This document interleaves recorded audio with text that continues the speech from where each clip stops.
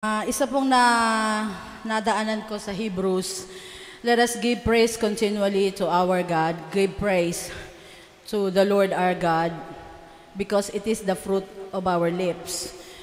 Pero doon sa, yung binasa ko naman yung komentary nung verse na yun, yes, totoo na ang bunga ng ating labi sa Panginoon dapat papuri. Pero iba din yung bunga pala ng you give a certain token. Doon ako na talagang kailangan yung event natin ngayon ay talagang pinaghandaan namin ni Pastor. To give a certain token of what the Lord hath done for the whole year.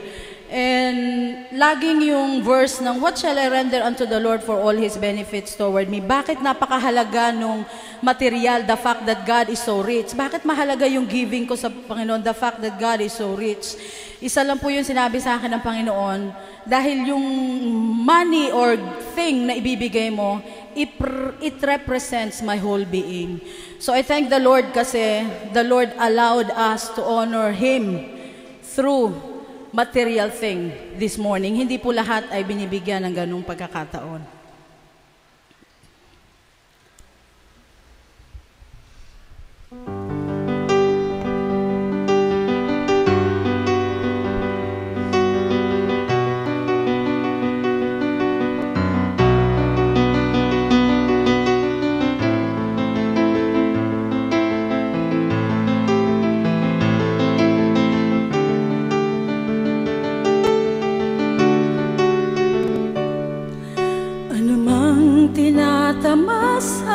Tinatangkilik na biyaya ay di pag-aari, lahat ay pagpapala.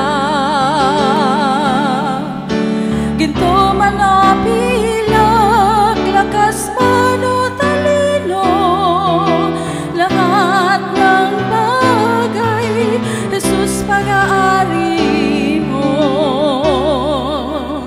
Lahat ng akin sa'yo,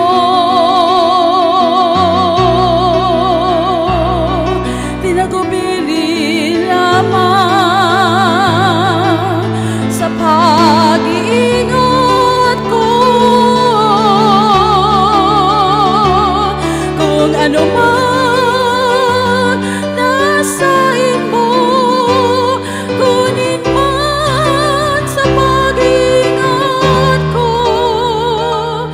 marapat lamang dahil ito'y lahat sa'yo. Darating ang panahong lahat ay magsusulit, ibabalik sa'yo lahat ng tinatangkilik. Sa iyong banal na harapan ay aking iyanay, bawat kaloob mo pinalagot iningatan.